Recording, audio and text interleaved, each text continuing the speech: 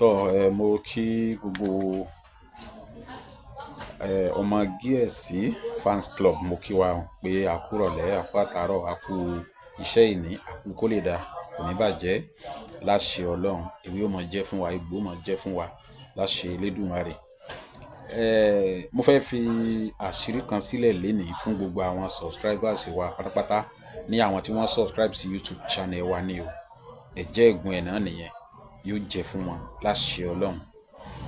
Àṣírí ìdájú púpọ̀, ṣùgbọ́n Ọlọ́run ọba dájú jùlọ. Ọlọ́run fi gbígbàdúrà sínú ẹ̀ dáadáa. Ọlọ́run fi gbígbàdúrà ó fi sínú àṣírí gan dáadáa. Ṣé wàá rí, tí a bá ń sọ̀rọ̀ nípa àṣírí, ó kó nǹkan sínú púpọ̀.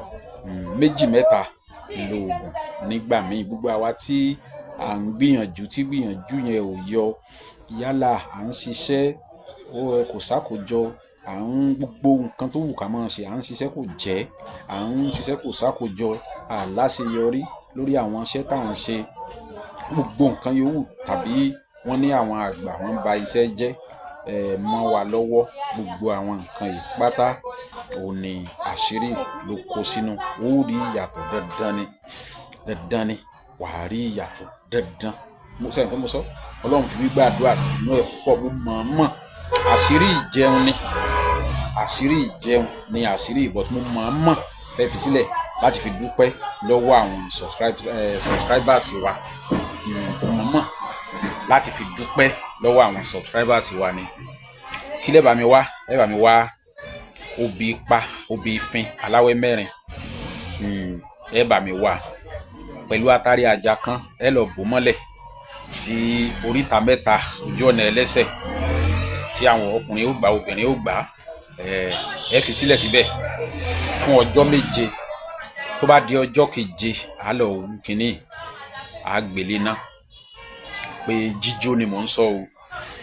Tá bá bẹ̀rẹ̀ jíjó kínní, tá bá ti ń jó, táríkù ti jó díẹ̀, tó ti lò bí wákàtí kan tàbí 40 minutes, bí wákàtí kan lórí iná. Ẹ jẹ́ kí sẹ́mọ̀ yóò kọ́ fa omi mu ṣe gbogbo ẹ̀. Ó ti fo imú tẹ́lẹ̀, but kò tí ì ṣe dáadáa mọ́ra.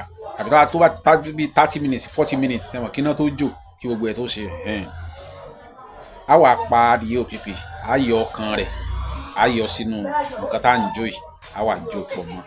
Tá bá jó tán, ẹ jẹ́ ká fi sín gbẹ́rẹ́ sí oríkèéríkèé ara wa, tàbí àwọn tí wọn ò bá lè sín gbẹ́rẹ́ oníbà ṣe lò, irú oúnjẹ wo là á fi lò. Àwọn subscribers wa ni mo sọ pé mo fi àṣírí ilẹ̀ fún o, torí pé tí a bá tú títí, tá a rí pé bákan náà ni gbogbo gbìyànjú, a máa ń padà yọrí síbẹ̀. Pé ok, n tó kù rè, ẹ̀já lọ ṣe, tí ẹnìyàn ó sì wà dúpẹ́. Àṣírí tó dáhùn dáadáa ni, ẹ jẹ́ ká gbìyànjú iṣẹ́ tó dáa ni. 080 61 40 8254 090 72 79 33 48. Mo dúpẹ́ lọ́wọ́ gbogbo ẹ̀yin subscribers wa pátápátá. Ọlọ́run Elédùmarè kò ní padà lẹ́yìn wa o.